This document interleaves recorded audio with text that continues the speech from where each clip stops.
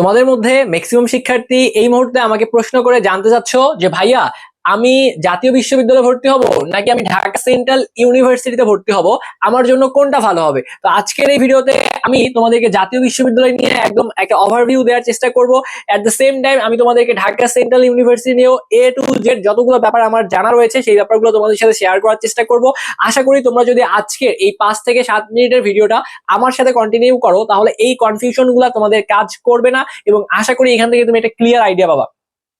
প্রথম কথা হচ্ছে, জাতীয় বিশ্ববিদ্যালয় তোমরা সবাই জানো এটাকে বলা হয় ন্যাশনাল ইউনিভার্সিটি এনইউ, এবং ঢাকা সেন্ট্রাল ইউনিভার্সিটি যেটা সেটাকে বলা হয় DCU, ঢাকা সেন্ট্রাল ইউনিভার্সিটি। তো মেইন কথা হচ্ছে যে ঢাকা সেন্ট্রাল ইউনিভার্সিটি এটা কিন্তু প্রথম দিকে এটা কিন্তু ন্যাশনাল ইউনিভার্সিটি ছিল, এবং ন্যাশনাল ইউনিভার্সিটি থাকার পরে পরবর্তী সময় এটা কিন্তু ঢাকা ইউনিভার্সিটি অধিভুক্ত। যে তোমরা সবাই জানো যে 7টা কলেজ যেখানে আছে, এই 7টা কলেজ ঢাকা বিশ্ববিদ্যালয়ের অধিভুক্ত থেকে তারা কিন্তু তাদের কার্যক্রম পরিচালিত করতো। তো এর পরবর্তী সময় কিন্তু এই ঢাকা বিশ্ববিদ্যালয়ের যে অধিভুক্ত ছিল সেখান থেকে বের হয়ে এরা কিন্তু এই যে 7টা যে কলেজ রয়েছে এই 7টা কলেজ মিলে এখন ঢাকা সেন্ট্রাল ইউনিভার্সিটি রূপে পরিচালিত হচ্ছে। তো এখন মেইন কথা হচ্ছে যে ভাইয়া, ঢাকা সেন্ট্রাল ইউনিভার্সিটি এটা কিন্তু হচ্ছে একটা পাবলিক বিশ্ববিদ্যালয়, এটা হচ্ছে একটা পাবলিক বিশ্ববিদ্যালয়, ঠিক আছে? এটা কিন্তু এখন পাবলিক বিশ্ববিদ্যালয়। আর অপরদিকে জাতীয় বিশ্ববিদ্যালয় তুমি যদি বলো যে ভাই এইটার ধরন কেমন, এটা কিন্তু ভাই ন্যাশনাল ইউনিভার্সিটি ছিল, এটা কিন্তু ন্যাশনাল ইউনিভার্সিটি, আলাদা করে বলার কিছু নাই। তো আমাদের দেশে কিন্তু অসংখ্য ন্যাশনাল ইউনিভার্সিটি রয়েছে, অসংখ্য ন্যাশনাল ইউনিভার্সিটি রয়েছে, এবং সেইখানে কিন্তু তুমি যদি বলো যে আসনের কথা বলো তাহলে এখানে কিন্তু আসনটা হচ্ছে তুলনামূলকভাবে অনেক বেশি আসন সংখ্যা রয়েছে। আর এখানে যেহেতু 7টা কলেজ মিলে এখন একটা পাবলিক বিশ্ববিদ্যালয় পরিণত হয়েছে, সেই জায়গাটায় এখানে কিন্তু আসন তুলনামূলক কম, আসন তুলনামূলকভাবে আসন তুলনামূলকভাবে কম, এখানে আসন তুলনামূলকভাবে কম। তো এইখানে তোমাদের আজকে তোমরা তো জাতীয় বিশ্ববিদ্যালয় পরীক্ষায় অংশগ্রহণ করেছো, এইখানে তোমাদের জিপিএ কম থাকলেও তোমাদের চান্স পাওয়ার পসিবিলিটি থাকে। এইখানে একটু জিপিএর যে ব্যাপারটা, একটু জিপিএ বেশি লাগতে পারে, যেহেতু এখানে তোমাদের 7টা কলেজ আর এখানে যদি অসংখ্য কলেজ রয়েছে, তো সেই জায়গাটা এখানে কিন্তু কম্পিটিশন তুলনামূলক বেশি হবে। আর যেহেতু এটা এখন পাবলিক বিশ্ববিদ্যালয়ে এটা পরিণত হয়ে গিয়েছে, সেই জায়গাটায় কিন্তু তুমি যদি বলো যে তোমার একটা ট্যাগের প্রয়োজন, তোমার একটা পরিচয়ের প্রয়োজন, আলাদা একটা আইডেন্টিটির প্রয়োজন, তো তুমি দেখবা যে যখন তুমি বলবা যে আমি একটা পাবলিক বিশ্ববিদ্যালয়ে পড়ি তখন তোমাকে একটু আলাদা চোখে দেখবে, এবং যখন তুমি বলবা জাতীয় বিশ্ববিদ্যালয়ে পড়ি তখন তোমাকে আলাদা চোখে দেখবে। এটা আসলে আমাদের পার্সপেক্টিভটাই এরকম হয়ে গিয়েছে অ্যাকচুয়ালি। মানে তুমি লাইফে যেখানেই পড়ো না কেন, তুমি ন্যাশনাল ইউনিভার্সিটিতে পড়ো না কেন, তুমি ঢাকা বিশ্ববিদ্যালয়ে পড়ো না কেন, যেখান থেকেই পড়ো না কেন তুমি ওখান থেকেই ভালো করতে পারবা। আমি যদি শুরুতেই বলি যে জব অপরচুনিটি, অনেকেই আমার কাছে জানতে চাও, এখন তুমি জাতীয় বিশ্ববিদ্যালয়ে পড়ো বা ঢাকা সেন্ট্রাল ইউনিভার্সিটিতেই পড়ো, তুমি যদি ভালো মতো যে 4টা বছর তুমি যে তোমার এখানে অনার্স টাইপটা কাটাবা সেইখান থেকে একটা ভালো মতো প্রিপারেশন নাও, বা এরপর যদি ভালো মতো পড়াশোনা করো, তাহলে ভাই চাকরির বাজারে তুমি আগায় থাকবা, তোমার চাকরি পাওয়ার পসিবিলিটি বাড়বে, ঠিক আছে? আর তুমি জাতীয় বিশ্ববিদ্যালয় থেকে পড়াশোনা করলে না, তোমার চাকরি বাকরি সেক্ষেত্রে তোমার পসিবিলিটি কম, কারণ তুমি পড়াশোনা করো নাই, তুমি পড়াশোনা ফাঁকি দিয়েছো,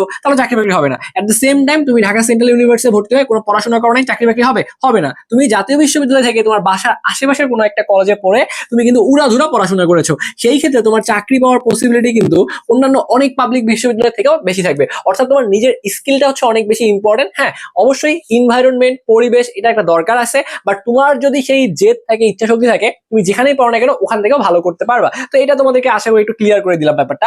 এখন যদি আসি, দেখো মেইন কথা হচ্ছে ঢাকা সেন্ট্রাল বিশ্ববিদ্যালয় এটা কিন্তু ঢাকার মধ্যে অবস্থিত।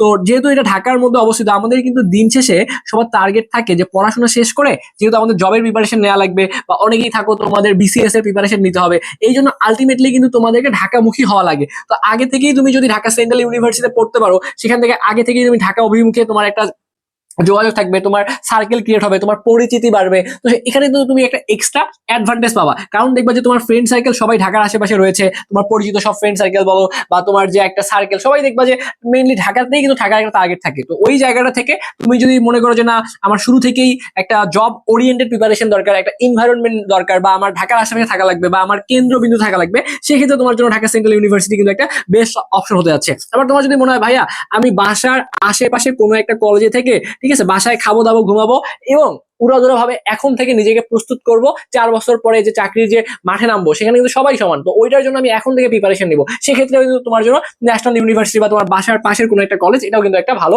অপশন হতে যাচ্ছে।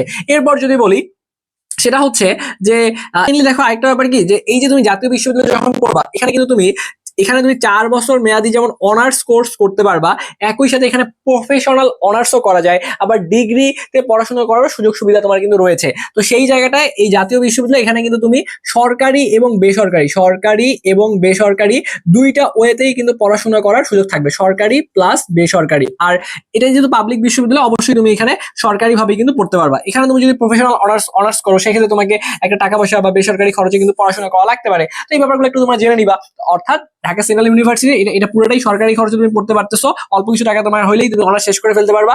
এখানেও তোমার সরকারি মানে তুমি খরচেই পড়তে পারবা, বাট তুমি যদি প্রফেশনাল অনার্স করো বা এরকম যদি তুমি সিএসসি ট্রিপল নিয়ে পড়ো, সেই ক্ষেত্রে হয়তো তোমার এক্সট্রা কিছু টাকা পয়সা খরচ হইতে পারে। ওকে, সো এই ব্যাপারগুলো তোমাদেরকে একটু আগে থেকে সাবধান করে দিলাম। আচ্ছা, তো এরপরে অনেকেই বলো যে ভাইয়া মানে আসলে কোথায় থেকে পড়লে, তোমাদের একটা কমন প্রশ্ন, কোথায় থেকে পড়লে আসলে চাকরি পাওয়ার পসিবিলিটি বেশি? এটা কিন্তু সব থেকে বেশি প্রশ্ন আমি পাইছি। তো ওটা তোমাকে আমি শুরুতেই বলছি যে তুমি এখানে যেখানেই পড়ো না কেন, তুমি জাতীয় বিশ্ববিদ্যালয়ে পড়ো বা ঢাকা সেন্ট্রাল বিশ্ববিদ্যালয়ে পড়ো না কেন, তো তোমার স্কিলটা হচ্ছে অনেক বেশি ইম্পর্টেন্ট। তুমি যদি শুরু থেকে নিজেকে গোছাইতে পারো, ভালো মতো পড়াশোনা করতে পারো, যে কোনো জায়গা থেকেই তুমি ভালো করতে পারবা, এক্ষেত্রে কোনো সমস্যা নাই। এখন ওই যে মেইনলি যে ব্যাপারটা আবারও চলে আসে, তোমার যদি ত্যাগের প্রয়োজন হয়, যে আমি একটা পাবলিক বিশ্ববিদ্যালয়ে পড়ি, তাহলে তোমার জন্য best option Dhaka central university.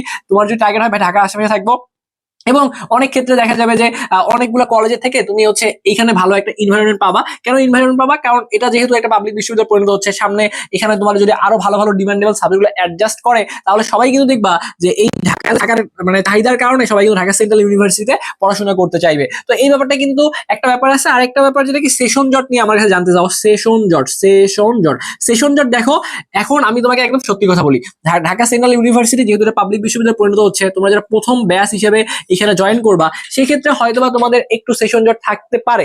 যে ক্ষেত্রে তোমার অনার্স শেষ করতে 4 বছর লাগে, এখানে তোমার 5 বছর বা 5.5 বছর লাগতে পারে। এখন তোমাকে আমি হার্শ রিয়েলিটি বলি, বাংলাদেশের এমন অনেক পাবলিক বিশ্ববিদ্যালয় রয়েছে, চট্টগ্রাম বিশ্ববিদ্যালয় সবাই তো জানো, অনেক জনপ্রিয় একটা বিশ্ববিদ্যালয় না? এইখানে এমন কিছু ডিপার্টমেন্ট রয়েছে, আমার ক্লোজ মানে পরিচিত বড় ভাই রয়েছে, আমি এটা আগে একটা ভিডিওতে বলেছিলাম, ওনার যে ডিপার্টমেন্ট, ওই ডিপার্টমেন্ট থেকে বেরোতে মিনিমাম 7 থেকে 8 বছর সময় লাগে। আবার অনেক বড় বড় বিশ্ববিদ্যালয় দেখবা সবগুলা সাবজেক্টে বা সবগুলা ডিপার্টমেন্টে হয়তো বা সেশন জট নাই, কিছু কিছু স্পেসিফিক সাবজেক্ট রয়েছে যেখানে হয়তো বা সেশন জট থাকতে পারে। তো এখানেও তোমার হয়তো বা ওই সব মিলে 4 বছরের কোর্স 5 থেকে 5.5 বছর লাগবে। জাতীয় বিশ্ববিদ্যালয় সেশন জট যে একবারে নেই এমনটা না, কিছু কিছু সাবজেক্ট রয়েছে যেখানে হয়তো বা তোমার সেশন জট পড়া লাগতে পারে, বাট ওভারঅল মানে ভালো খারাপ সবগুলো দিকই রয়েছে।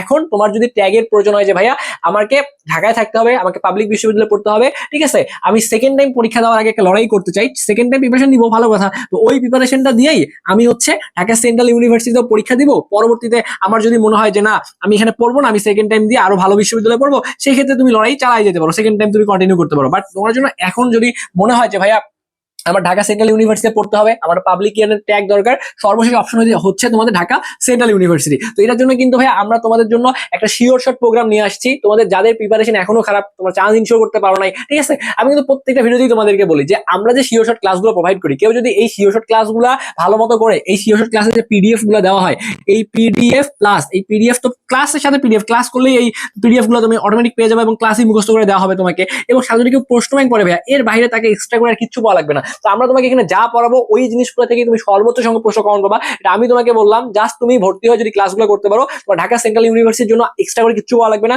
এবং এই ক্লাসগুলো একই সাথে তোমার সেকেন্ড টাইম প্রিপারেশন কিন্তু হয়ে যাবে। তো এখন তুমি ডিসকাউন্ট অফারে মাত্র 650 টাকা দিয়ে ক্লাস করতে পারবা। যারা এখনো যুক্ত হও না, আমাদের যে হোয়াটসঅ্যাপ যে নাম্বারটা রয়েছে 01540609373, এই নাম্বারে আমাদের সাথে হোয়াটসঅ্যাপে কথা বলে ভর্তি হয় তুমি ঢাকা সেন্ট্রাল ইউনিভার্সিটির জন্য ক্লাসগুলো করতে পারবা। শুধুমাত্র যারা এই ইউনিট অর্থাৎ বিজ্ঞানের শিক্ষার্থী রয়েছে তারাই ক্লাস করতে পারবা, কারণ এখানে যেহেতু তোমাদের ফিজিক্স কেমিস্ট্রি ম্যাথ বায়োলজি থেকে প্রশ্ন আসে, আমরা এই সাবজেক্টগুলো তোমাকে অ্যানালাইসিস করে পড়াই দিব। তো যারা যুক্ত হও নাই, আমাদের এই নাম্বারে হোয়াটসঅ্যাপে কথা বলে যুক্ত হয়ে যেতে পারো। এছাড়াও তোমার যদি ন্যাশনাল ইউনিভার্সিটি বা ঢাকা সেন্ট্রাল ইউনিভার্সিটি রিলেটেড আরো যদি কোনো ইনফরমেশন জানার প্রয়োজন হয়, বা তোমার যদি মনে হয় ভাই আমার এই কনফিউশন কাজ করতেছে, তাহলে এই ভিডিওর কমেন্ট বক্সে কমেন্ট করো, আমি সেগুলো অ্যানালাইসিস করে তোমাদেরকে রিপ্লাই করে দিব। তো সবাই ভালো থাকো, সুস্থ থাকো, এতক্ষণ সাথে থাকার জন্য তোমাদের সবাইকে আবারও অসংখ্য ধন্যবাদ জানাচ্ছি।